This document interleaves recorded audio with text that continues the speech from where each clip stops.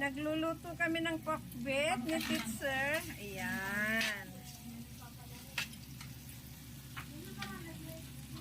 Diba? Ang gulo namin.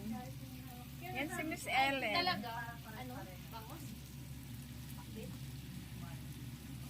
Sino nandyan? Ate, ay sister, akin nga yung kawa, yung ano dyan. Yang, ito. Wait lang. Amoy, ginoo.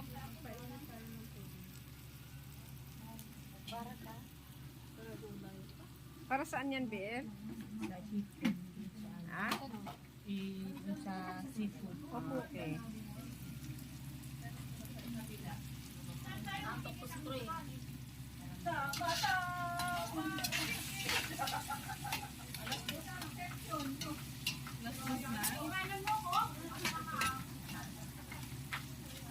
Lulo.